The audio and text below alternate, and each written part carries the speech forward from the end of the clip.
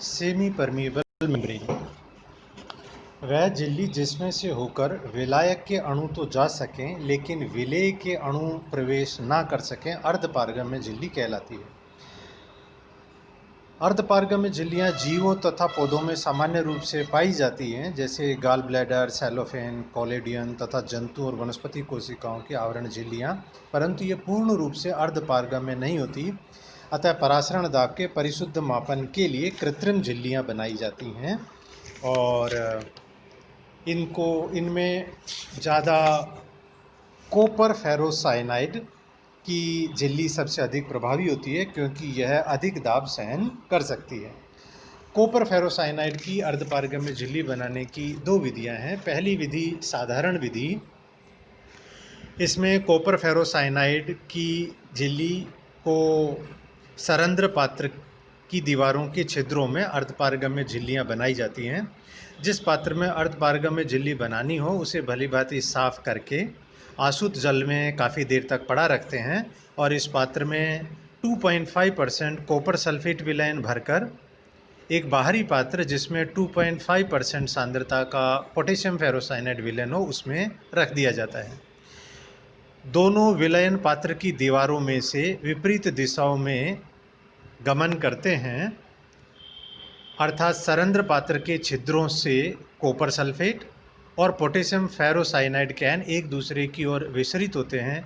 जिस स्थान पर दोनों आयन परस्पर मिलते हैं वहाँ कॉपर फेरोसाइनाइड का एक जिलेटिनियस प्रेसिपिटेट बन जाता है। इस अवक्षेपण के पश्चात सरंध्र पात्र को निकालकर आसुत जल से खूब अच्छी तरह धो लेते हैं। इस विधि द्वारा झिल्ली बनने में बहुत अधिक समय लगता है, अतः अब प्रायः इसके स्थान पर वैद्युत विधि का उपयोग किया जाता है। विद्युत विधि को हॉर्न विधि भी कहते हैं। इस विधि द्वारा कम समय में ही अधिक कॉम्पैक्ट और मजबूत झिल्ली बनती है।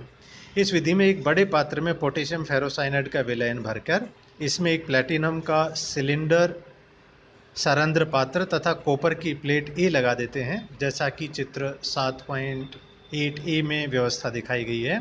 प्लैटिनम सिलेंडर सी कैथोड का और कॉपर की प्लेट ए एनोड का कार्य करते हैं। सरंध्र पात्र में कॉपर सल्फेट विलयन भरते हैं। चित्र में दिखाए अनुसार दोनों इलेक्ट्रोड बैटरी और विद्युत घंटी बी के द्वारा जोड़ दिए जाते हैं।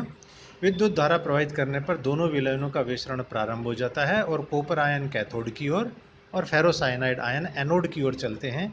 ये दोनों प्रकार के आयन सरंध्र पात्र के छिद्रों के लगभग बीच में मिलते हैं। रासायनिक क्रिया के फलस्वरूप बना कॉपर फेरोसाइनाइड छिद्रों में निक्षेपित हो जाता है। कॉपर फेरोसाइनाइड के बनने के साथ सेल का विद्युत प्रतिरोध बढ़ जाता है और झिल्ली के पूर्ण बनने पर उच्चतम हो जाता है। उस समय सर्किट में लगी घंटी बी का लजना लगभग बंद हो जाता है। अब पात्र को निकालकर आसुत जल से धो लिया जाता है ताकि सभी विद्युत अपघट्यों से पात्र मुक्त हो जाए। इसके बाद पात्र को आसुत जल में रख दिया जाता है। इस प्रकार बनी अर्धपारगम्य झिल्ली काफ़ी मजबूत होने के साथ उच्च परासरण दाब सहन कर सकती है।